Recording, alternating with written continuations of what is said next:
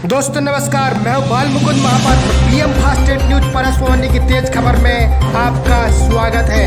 Topic of Agnipath. इस वक्त एक बड़ी खबर आ रही है जिसका स्लोगन है, टॉपिक है अग्निपथ की बात, युवाओं के साथ विश्वासघात। इस स्लोगन को लेकर के देश के 20 राज्यों के 20 शहरों में अर्थात 20 राज्यों की 20 राजधानी अर्थात 20 शहरों में, जिसमें नई दिल्ली, हैदराबाद, मुंबई, जयपुर, शिमला, देहरादून आदि बड़े शहरों में देश की विपक्षी पार्टी कांग्रेस की प्रेस कॉन्फ्रेंस हो रही है, जिसका स्लोगन है, जिसका टॉपिक है अग्निपथ की बात, युवाओं के साथ विश्वासघात। और इसी के साथ ही कहीं रैली निकाले जा रहे हैं, कहीं झांकी निकाले जा रहे हैं, तो कहीं अर्धनग्न होकर युवा प्रदर्शन कर रहे हैं। बात करें छत्तीसगढ़ की राजधानी रायपुर की, तो वहाँ अग्निपथ की बात, युवाओं के साथ विश्वासघात टॉपिक के साथ यहाँ पे प्रेस वार्ता करते हुए शोभा ओझा ने मोदी सरकार के ऊपर खूब बरसा।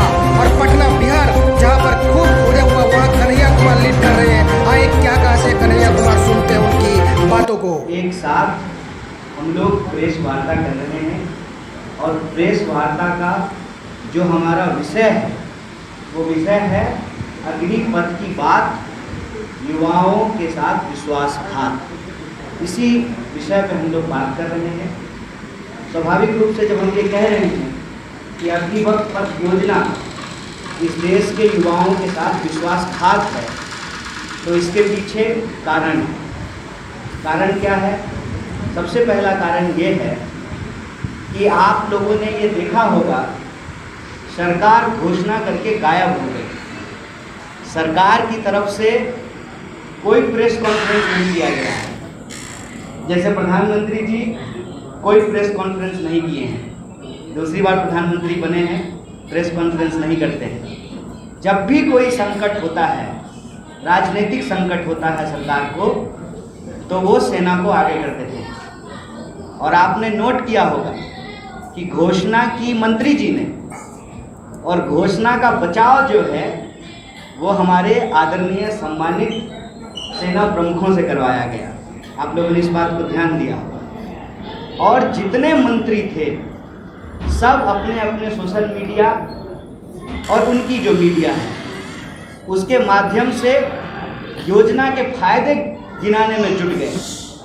फायदे गिनाते गिनाते कुछ तो भाजपा के नेता ये भी फायदा गिना दिए कि आप अग्निवीर बन करके जब आएंगे तो आप कुशल ड्राइवर बन सकते हैं, कुशल नाई बन सकते हैं।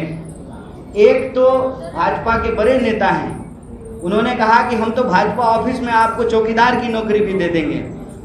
ये सब चीज़ आप लोगों ने सुना होगा। इस पूरी योजना को लेकर के जो कांग्रेस पार्टी का स्टैंड है, भारतीय राष्ट्रीय कांग्रेस जो कह रही है कि ये योजना पूर्णतः इस देश की सुरक्षा और देश के नौजवानों के भविष्य और उनके सपनों के साथ खिलवाड़ है। इसीलिए सरकार को अन्य योजनाओं के साथ जो उन्होंने किया है, जैसा उन्होंने नोटबंदी के साथ किया, आप लोगों को याद होगा, बोले थे ना कि 50 दिन में अगर सारी समस्याएं ठीक नहीं होगी तो आप जिस चौराहे पे बुलाएंगे हम आ जाएंगे। घोषणा करके जापान चले गए थे प्रधानमंत्री जी, आप लोगों को याद होगा, जैसे अभी जर्मनी गए हुए हैं। उस योजना के बाद भी जितने दावे किए गए थे, आप सब ये प्रश्न पूछिएगा कि नोटबंदी के बाद दावे किए गए कि काला धन वापस आ जाएगा। आरबीआई ने कहा कि पुराने नोट लगभग वापस आ गए, तो काला धन कहाँ गया? और आपकी सूचना के लिए स्विस बैंक में भारतीयों का जमा पैसा आज ऐतिहासिक रूप से सबसे ज्यादा है और डॉलर के मुकाबले रुपया ऐतिहासिक रूप से सबसे नीचे है। तो नोटबंदी के साथ वही हुआ। जीएसटी के साथ आप जानते हैं 36 बार से ज्यादा जीएसटी में अमेंडमेंट हो चुका है, उसके नियम में बदलाव किए जा चुके हैं। उसके बाद कृषि कानून आया। कृषि कानून के वक्त भी बार बार क्या कह रहे थे, कृषि मंत्री कह रहे थे कि किसी भी सूरत में जो है कृषि कानून वापस नहीं लेंगे। चुनाव आया, चुनाव को देखते हुए और किसान जो लगातार 700 से ज्यादा किसानों ने अपनी शहादत दी। एक साल से ज्यादा तक शांतिपूर्ण तरीके से संघर्ष किया। सब तरह के आरोप उन्होंने झेले। क्या क्या नहीं कहा गया किसानों को, सब कुछ कहा गया। आतंकवादी, नक्सली, खालिस्तानी, क्या क्या नहीं कहा गया। उनके ऊपर ठाड़